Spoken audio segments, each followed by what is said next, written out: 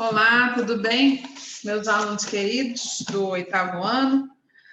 Hoje nós vamos fazer uma correção através de um vídeo, tá bom? Para a gente ganhar tempo. Desculpem aí os rebeldezinhos, mas é o vento.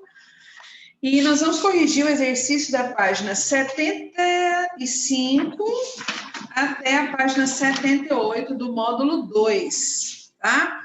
O exercício é sobre o texto da Alice no País das Maravilhas. É um clássico, né? Um clássico literário. Quem não assistiu pode ler o livro, tá? É um clássico de muitos anos atrás. Ele foi publicado a primeira vez em 1865, tá? E nós vamos corrigir a tarefinha sobre ele. É o episódio, se fosse uma série, né, gente? É um momento da narração em que a Alice encontra a Rainha de Copas, tá? E nesse momento ela vai ser desafiada pela Rainha de Copas, certo? Rainha já diz muito, né? É uma pessoa imponente, tá?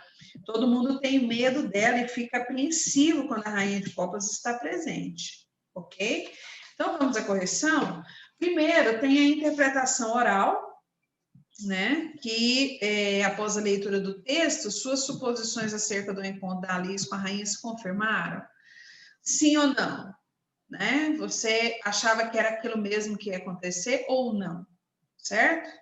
Em sua opinião, vou para número 4. Que outras aventuras Alice vivenciará na continuação dessa história? Alice, ela tem muitas aventuras, né? E ela, no percurso da Alice, ela vai encontrar vários personagens, o espantalho, né, o homem de lata, né, ela vai encontrar vários no meio do caminho, ok? Na interpretação escrita, o trecho do texto lido é um episódio da novela Alice no País das Maravilhas. Identifique os seguintes elementos narrativos que a compõem. Quem é a protagonista? Alice, né? Alice, a Rainha de Copas. E os personagens secundários? O rei, o coelho branco, o jardineiro, soldados, crianças, entre outros.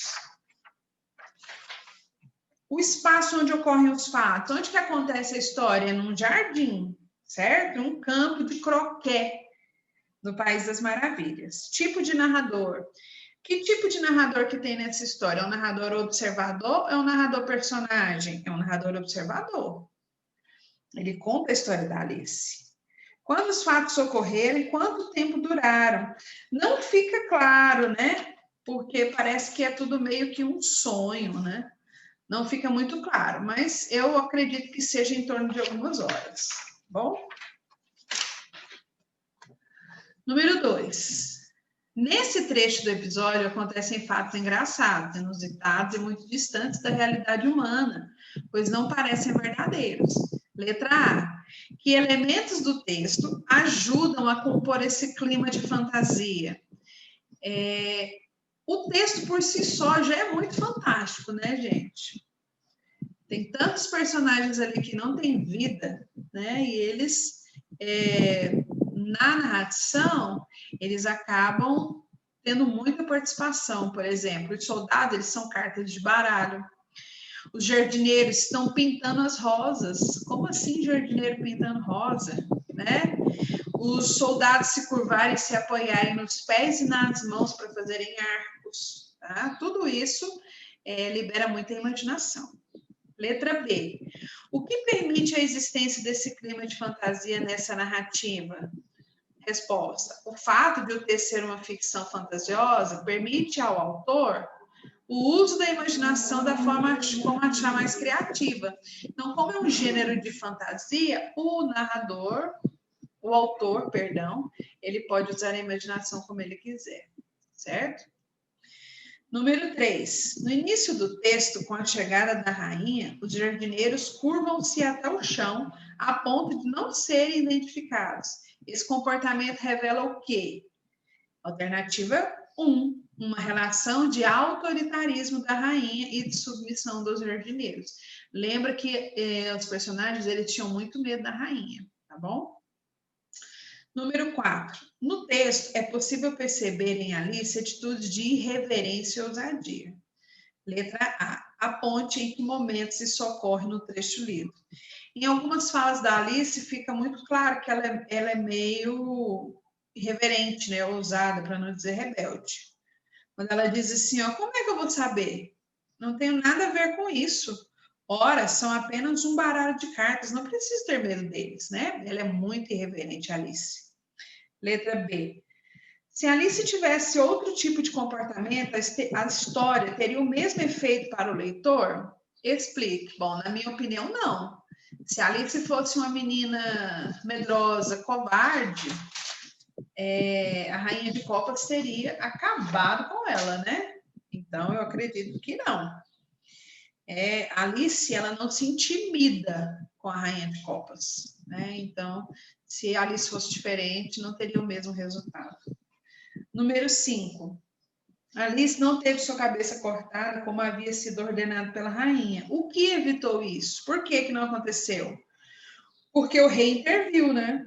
Ele disse para a rainha que Alice era só uma criança, que não precisava se preocupar com ela, certo? Número 6. Releia o seguinte trecho do texto. E o cortejo foi em frente, deixando para trás 3 soldados com a missão de executar os infelizes jardineiros que correram em direção a Alice, buscando proteção. Vocês não serão decapitados, disse Alice, enquanto escondia os 3 num grande vaso de flores que encontrou por ali. Os soldados procuraram pelos 3 jardineiros por um tempo, e como não os encontraram, calmamente seguiram o cortejo. As cabeças já foram cortadas? Gritou a rainha. As cabeças já rolaram como quis Vossa Majestade, gritaram os soldados. Letra A. Por que os jardineiros correram até Alice? O que a menina passou a representar para eles? Alice passou a ser uma espécie de protetora deles, né? Como eles viram que Alice enfrentou a rainha, eles perceberam nela uma forma de lutar também, de enfrentar a rainha, enfrentar a tirania da rainha. Letra B. Porque os soldados disseram que tinham cortado a cabeça dos jardineiros, mesmo sem o terem feito. Por que eles fizeram isso? Para que a rainha não descobrisse que eles não tinham cumprido a ordem dela, né? Então, eles inventaram essa desculpa aí. Letra C. Tal atitude deixa em evidência alguns comportamentos recorrentes, tanto da rainha quanto dos soldados. Qual? Que a rainha, ela manda o tempo todo. E os soldados nunca cumprem. Eles não cumprem o que a rainha manda. Engraçado, né? Letra D. Diante disso, em sua opinião, por que a rainha ainda continua sendo temida? Aqui é pessoal, tá? Mas a rainha demonstra poder, né?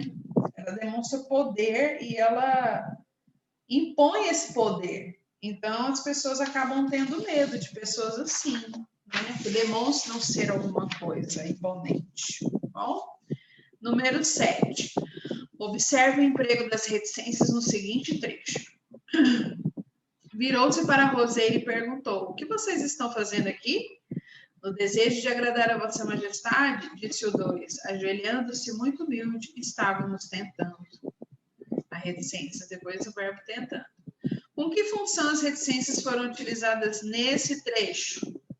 Por que a gente usa a reticências? Para marcar a interrupção da fala, né? Significa que ele parou, deixou o pensamento aberto. Poderia vir mais coisas, mas ele não quis mostrar. Tá? Então, é a alternativa 1. Marcar a interrupção da fala, deixando o pensamento em aberto, pressupondo que o personagem com quem o diálogo é estabelecido o conclua. Número 8. No texto lido, o discurso direto foi utilizado para apresentar as falas dos personagens. Que recursos gráficos foram usados para reproduzir as falas? 2 pontos, travessão ou aspas. Sempre que tem discurso direto, vem 2 pontos, aí você põe ou travessão ou as aspas, para indicar que alguém vai falar. A pessoa terminou de falar, fecha as aspas, no caso das aspas, tá bom? Letra B. Identifique o verbo de elocução que permite ao leitor identificar emoções e sentimentos da rainha de copas em suas falas. é o verbo gritou, né? Quando ela gritou, ela demonstrou algum sentimento, ok? E letra C, o que o uso do discurso direto causa na leitura do texto? Quando as personagens falam dentro do texto, parece que a narrativa é mais dinâmica, parece que a narrativa se aproxima mais de nós, né? Porque dá para nós percebermos na fala da personagem o que ela está sentindo, né? Por causa da pontuação. Então, o discurso direto, ele é mais real, ele é mais dinâmico, do que só o narrador ficar falando, ok? Essa foi a nossa correção da nossa interpretaçãozinha do texto sobre o texto, uma parte da novela Alice no País das Maravilhas. Faça a correção no caderno, tá? Vai parando o vídeo, ouça, anote, não deixe de fazer a correção. Um beijo no coração de vocês.